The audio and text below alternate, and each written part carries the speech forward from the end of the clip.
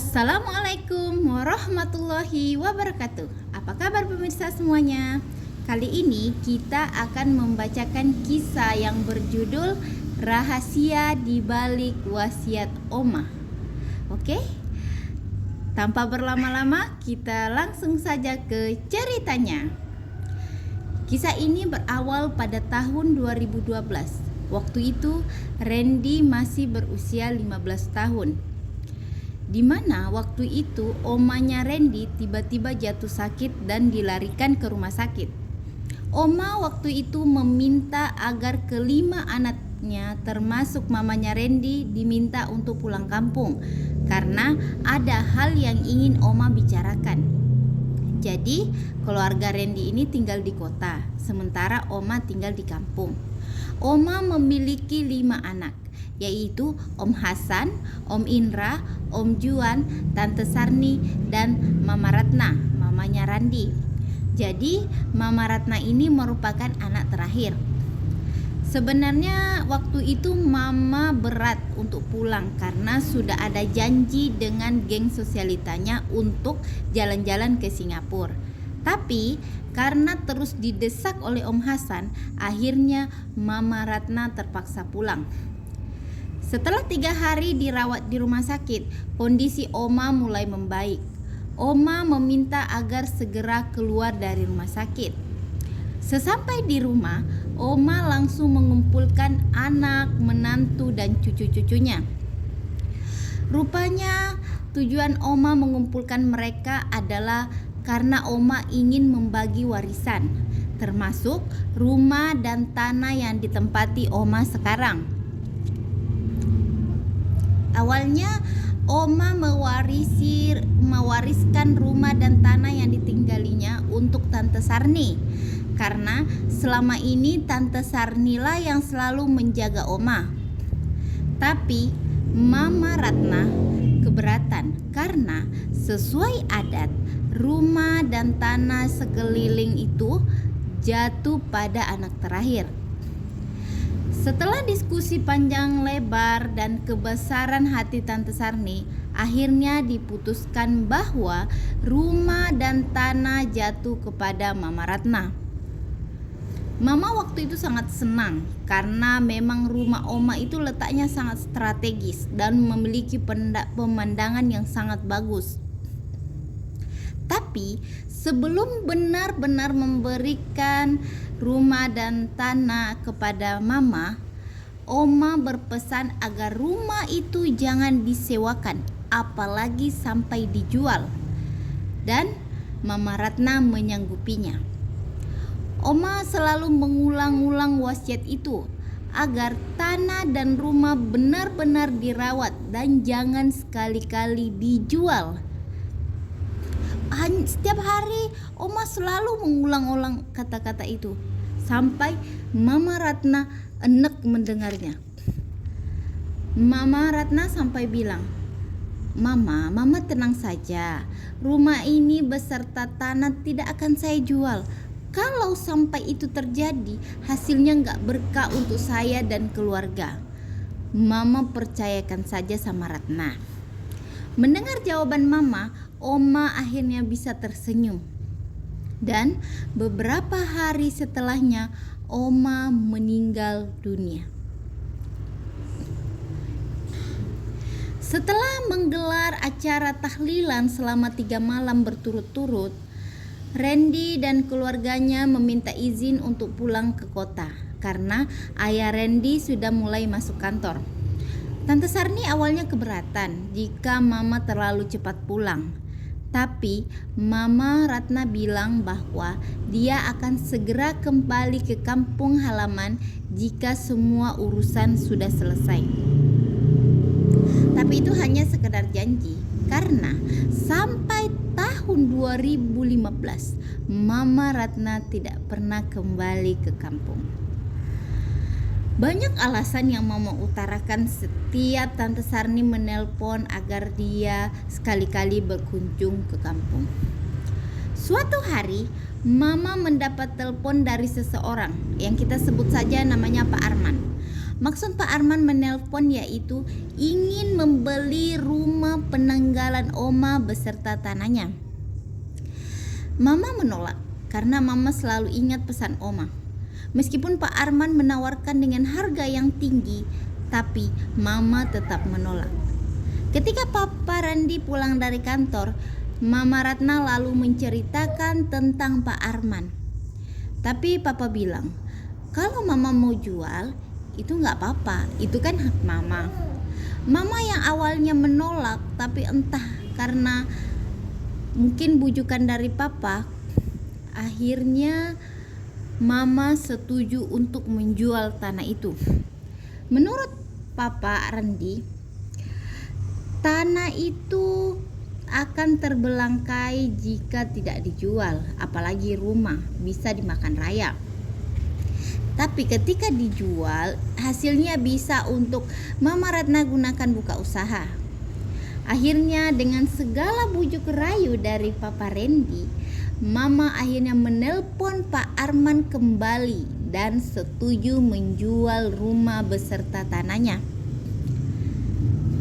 Atas saran Papa, Mama menjual rumah dan tanah itu tanpa memberitahukan pada om dan tante di kampung.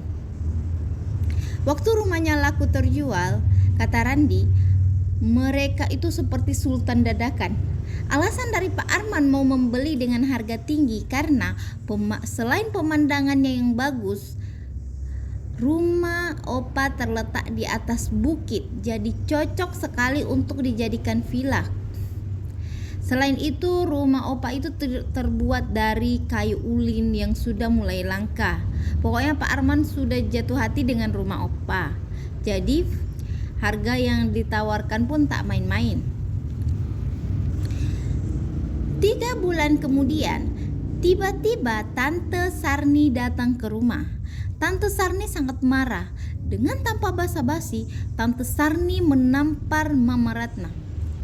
Mama Ratna hanya terdiam waktu itu karena Mama sudah tahu bahwa saudaranya pasti akan marah mengetahui rumah itu dijual. Tante Sarni lalu berucap, "Ratna, karena kau telah melanggar wasiat Oma, mulai detik ini aku tidak lagi menganggapmu sebagai adik. Kita putus hubungan." Mama Ratna begitu terkejut mendengar ucapan Tante Sarni. Kak Sarni, rumah itu hakku. Mengapa sampai putus hubungan segala? Kalau Kak Sarni marah karena gak dapat bagian, oke, saya akan berikan, kata Mama Ratna. Dengar ya Ratna, saya ini miskin, tapi saya tidak butuh uang itu sepeser pun. Seharusnya kamu itu waspada loh. Karena saat kamu memutuskan menjual rumah itu, berarti kamu sudah siap dengan segala risikonya. Apa maksudmu, Kak? Tanya Mama Ratna. Lihat saja nanti. Tante Sarni lalu beranjak pergi. Randi dan Mala adiknya hanya terdiam menatap kepergian Tante Sarni. Sepertinya Tante Sarni berada di atas puncak kemarahan. Karena biasanya jika Tante Sarni datang, pasti selalu membawa sesuatu dan selalu menyapa mereka. Tapi kali ini tidak. Setelah kepergian Tante Sarni, Mama seperti menyesal. Tapi Papa selalu menenangkan Mama. Dan Papa menganggap kemarahan Tante Sarni karena dia iri sama Mama Ratna. Sebulan kemudian, ada panggilan telepon dari kampung. Rupanya Om Juan menelpon. Om Juan mengabarkan bahwa Tante Sarni meninggal dunia. Mama sangat terkejut. Malam itu juga Randi, mamanya dan Mala pulang kampung. Papanya tidak ikut karena papanya masih sibuk di kantor. Jadi hanya mereka bertiga yang pulang kampung.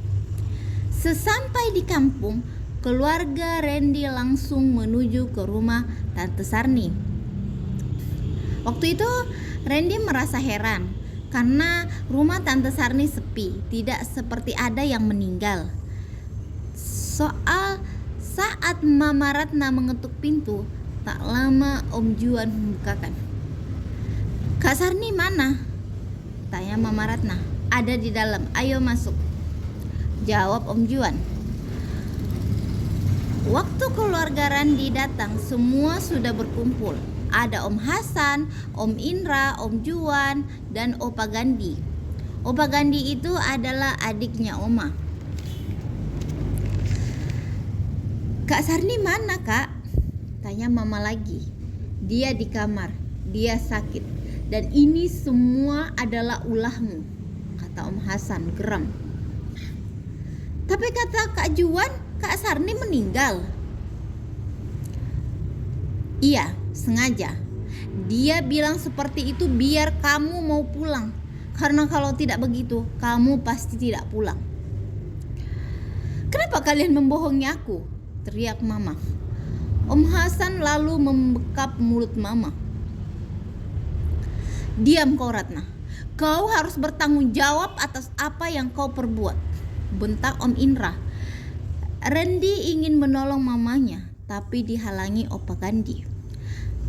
"Randi, andai kau tahu, dengan keputusan mama kamu menjual rumah dan tanah itu sama membahayakan nyawa kita semua," lanjut Opa Gandhi. Mama memberontak, tapi kekuatan Om Hasan jauh lebih kuat. Opa Gandhi lalu bilang ke Mama, "Ratna, hanya satu cara untuk menghentikan semua ini. Kau harus membeli rumah dan tanah itu lagi sebelum kutukan itu datang. Karena lusa rumah itu akan direnovasi oleh pembelinya. Jika rumah itu diotak-atik oleh orang lain, maka kita semua akan merasakan akibatnya." Om Hasan lalu melepaskan bekapan Mama. Lalu Mama bilang bahwa Mama tidak bisa membeli lagi rumah itu karena nasi sudah menjadi bubur. Rumah itu uang yang sudah dipakai untuk membuka usaha. Lagian rumah itu kan sudah reot, jadi untuk apa dipertahankan, kata Mama Ratna. Om Hasan kembali menempar Mama. "Aku sangat menyesal punya adik sepertimu. Sekarang kamu ke kamar Kak Sarni, lihat akibat perlakuan kamu." Mama lalu menuju ke kamar Tante Sarni sambil memegang pipinya bekas tamparan Om Hasan. Saat membuka mata, Mama Ratna sangat terkejut melihat Tante Sarni yang tidur terbaring dengan mata melotot. Om Yusran, suami Tante Sarni, menatap tajam ke arah Mama dan Randi. "Ratna, kau harus bertanggung jawab atas semua ini. Kau harus beli lagi rumah itu sekarang," teriak Om Yusran. Setelah didesak, Mama akhirnya menelpon Pak Arman. Rupanya Pak Arman itu hanya sebagai perantara. Pembeli sesungguhnya adalah seorang investor dari luar negeri. Mama lalu memohon kepada Pak Arman agar diberikan nomor HP pembelinya. Tapi Pak Arman menolak. Mendengar Pak Arman bukan pembelinya, Om Hasan sangat marah. Apalagi setelah dia tahu bahwa rumah itu dibeli oleh orang dari luar negeri. Harapan untuk membelinya lagi hampir mustahil. Om Hasan lalu menyuruh Mama Ratna, Randi, dan Mala untuk kembali ke kota. Sepertinya mereka semua sudah pasrah. Mama terlihat seperti menyesal, apalagi setelah melihat kondisi Tante Sarni. Baru saja beberapa hari Randi dan Mama dan Mala sampai di kota, Om Juan kembali menelpon bahwa Tante Sarni telah meninggal dunia. Om Juan tidak menyuruh Mama Ratna pulang. Dia hanya bilang jika mulai saat ini hubungan persaudaraan mereka putus. Mendengar itu, Mama Ratna begitu frustasi. Ditambah uang hasil penjualan rumah itu sudah dipakai papahnya Randi untuk buka usaha. Meskipun Om Juan tidak meminta Mama pulang, tapi Mama Ratna bertekad untuk pulang. Randi dan Mala waktu itu menemani mamanya pulang. Sesampai di sana, sudah banyak orang yang datang melayat. Mama Ratna tidak sempat melihat Tante Sarni untuk terakhir kalinya karena Tante Sarni sudah dibalut kain kafan. Om Hasan, Om Indra, dan keluarga lain tidak ada yang mau menyapa Mama Ratna. Bahkan untuk melihatnya pun mereka tak sudi. Malam harinya saat tahlilan, tiba-tiba Mala bertingkah aneh. Dia menggaruk-garuk seluruh badannya dan tiba-tiba dia bersuara. Suaranya menyerupai suara seorang kakek tua. Dia berkata dalam bahasa daerah yang artinya, "Kalian telah melanggar janji. Rumahku telah dirusak dan diganggu. Kalian telah melanggar perjanjian kita. Maka kalian harus siap dengan segala resikonya." Setelah itu Mala pun langsung tak sadarkan diri. Mama Ratna lalu mendekati Opa Gandhi. "Opa, tolong jelaskan, ada apa dengan rumah itu, Opa? Tolong, Opa." Opa Gandhi lalu bilang bahwa dia tidak bisa mengatakan karena Opa Gandhi sudah berjanji pada Oma. Tapi karena Mama terus mendesak Opa Gandhi, dengan berat hati Opa Gandhi pun menceritakan apa yang pernah terjadi. Dulu, orang tua Oma dan Opa Gandhi seorang pendatang di desa. Mereka tidak memiliki tempat tinggal. Lalu ada orang kampung yang menyarankan untuk menggarap sebuah lahan di atas bukit. Tapi orang itu sudah memperingatkan bahwa lahan itu memiliki penunggu, sehingga orang-orang desa tidak ada yang berani menggarapnya. Waktu itu, Oma dan Opa Gandhi masih kecil. Orang tua mereka pun tidak ada pilihan lain selain menggarap lahan itu. Tapi sebelum menggarap, orang tua Oma dan Opa Gandhi bersemedi di dekat pohon oak yang ukurannya waktu itu belum terlalu besar. Dari hasil semedi itu, penunggu pohon oak mengizinkan mereka menggarapnya dengan syarat jangan pernah mengganggu pohon oak. Dan lahan itu tidak boleh berpindah tangan kecuali dari keturunan Opa dan Oma. Jika mereka melanggar, seluruh keturunannya akan bernasib sial, bahkan bisa celaka. Mama Ratna yang mendengar begitu merasa bersalah. Tapi apa boleh buat? Nasi sudah menjadi bubur. Sehari setelahnya, pohon oak yang ada di samping rumah Oma akan ditebang. Saat akan ditebang, pekerja di situ semua kesurupan. Bukan hanya pekerja di situ saja, tapi warga yang lewat di sekitar situ juga ikut kesurupan. Warga yang lain menyarankan agar penebangan pohon itu ditunda. Tapi para pekerja itu tetap bersikeras akan menebang esok harinya. Malam itu Mala kembali kesurupan. Kali ini kakek yang merasukinya mengancam akan mencelakakan semua keturunan Oma. Malam itu suasana begitu sangat mencekam. Om Hasan, Om Indra, dan Om Juan malam itu juga membawa keluarganya keluar dari kampung.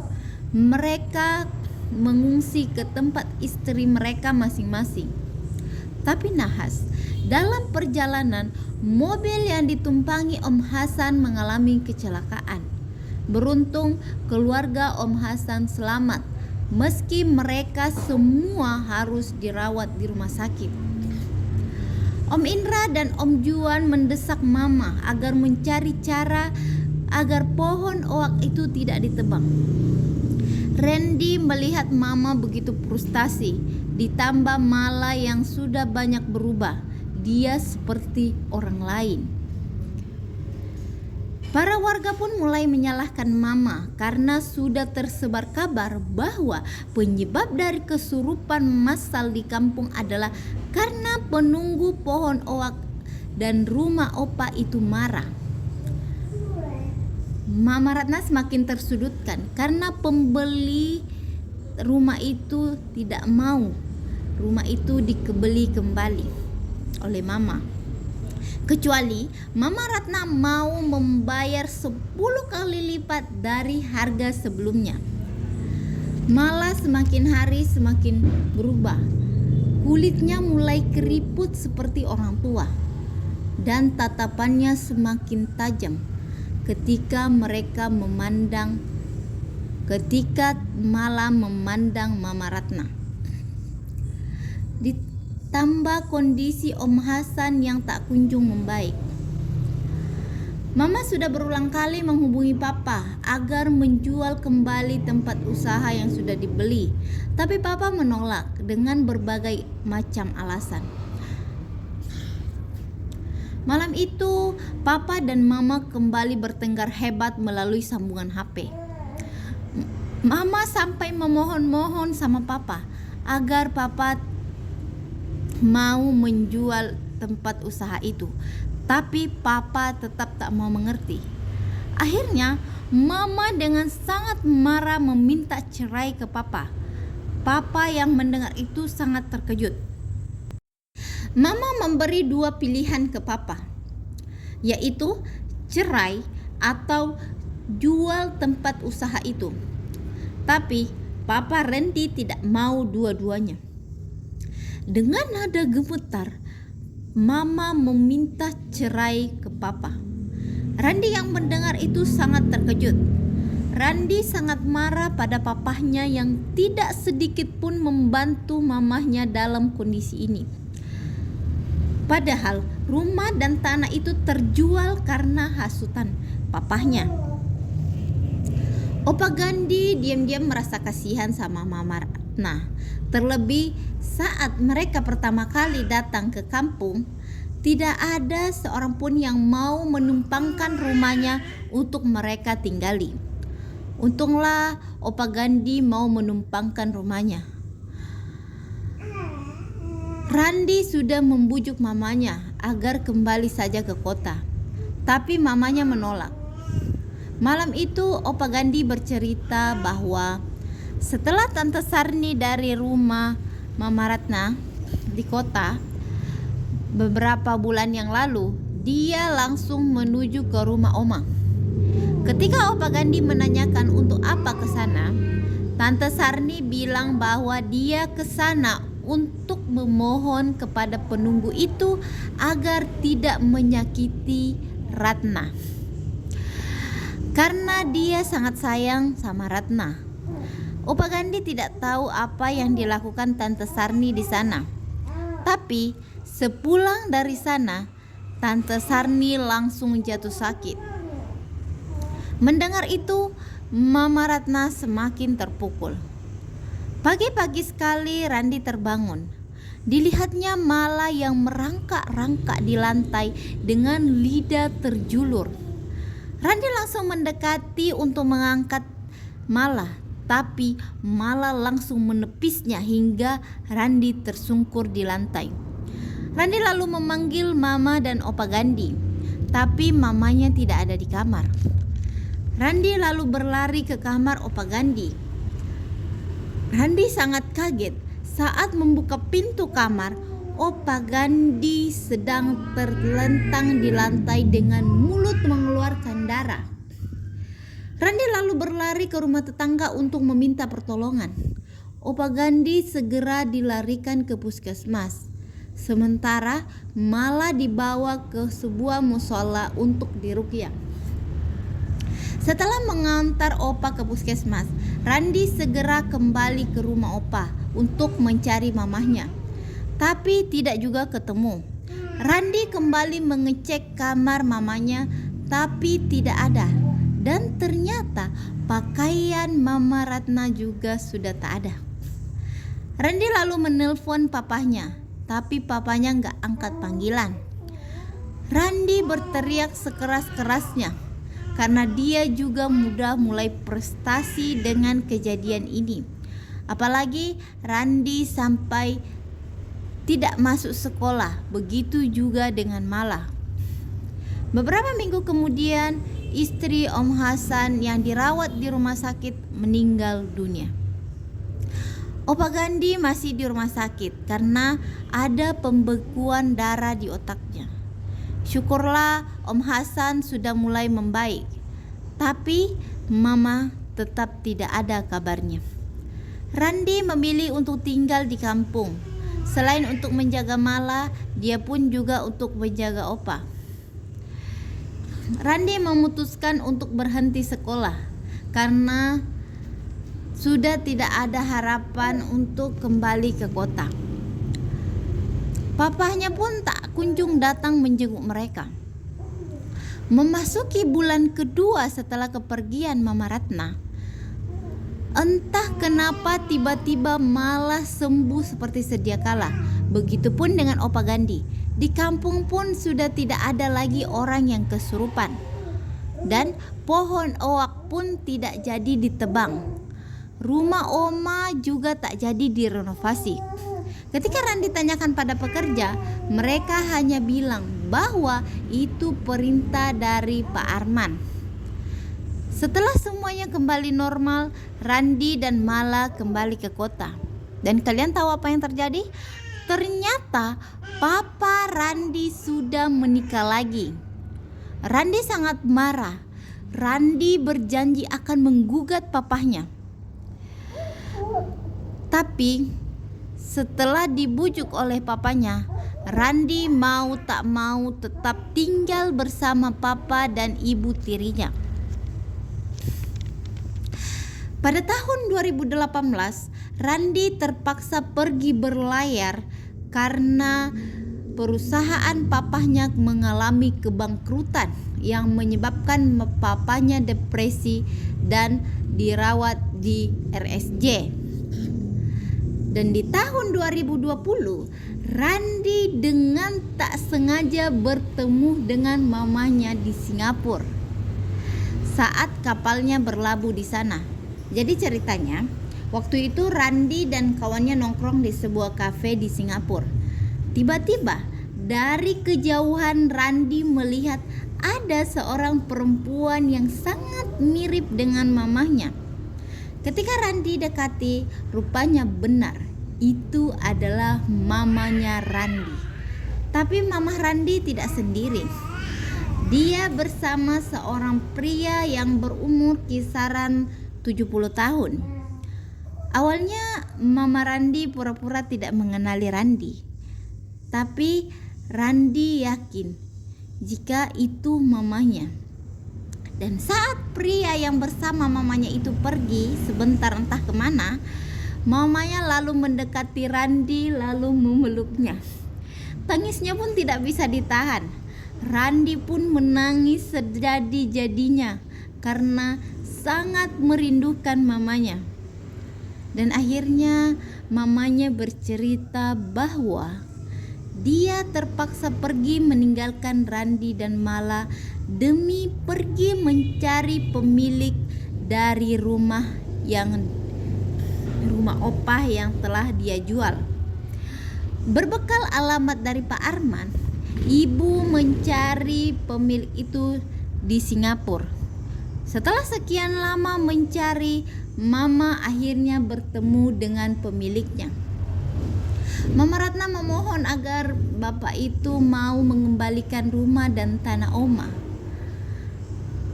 Bapak itu awalnya menolak, tapi setelah Mama Ratna bilang kalau dia seorang janda, pria itu akhirnya mau, tapi dengan syarat Mama harus menjadi istri ketiga dari pria itu. Mama terpaksa menerima demi kebaikan semua. Setelah menikah dengan pria itu, Mama meminta surat tanah dan rumah atas nama dirinya. Setelah itu Mama dengar dari pihak Pak Arman jika kampung sudah mulai kondusif setelah ibu mengakuisisi rumah dan tanah Oma. Randi menangis mendengar pengorbanan mamahnya. Randi tahu ini bukan semua kesalahan Mama, tapi akibat ulah papanya yang rakus. Meskipun mamanya tidak bisa lagi pulang ke Indonesia, Randi dan malas sekali mengunjungi mamanya di Singapura. Meskipun pertemuan mereka secara sembunyi-sembunyi, karena biar tidak ketahuan oleh papa tirinya. Oke, itulah kisah dari rahasia di balik wasiat Oma. Ya, banyak hikmah yang bisa kita ambil dari kisah ini. Bahwasanya ketika kita menerima sebuah wasiat itu, ya kita harus menjaga wasiat itu, karena kita nggak tahu apa yang ada di balik wasiat itu. Oke. Dan sebagai seorang suami itu, ya saya melihat papahnya Randi ini seharusnya dia yang memberikan petua kepada istrinya Mama Ratna, tapi justru dialah yang menghasut agar Mama Ratna melanggar wasiat yang sudah Oma.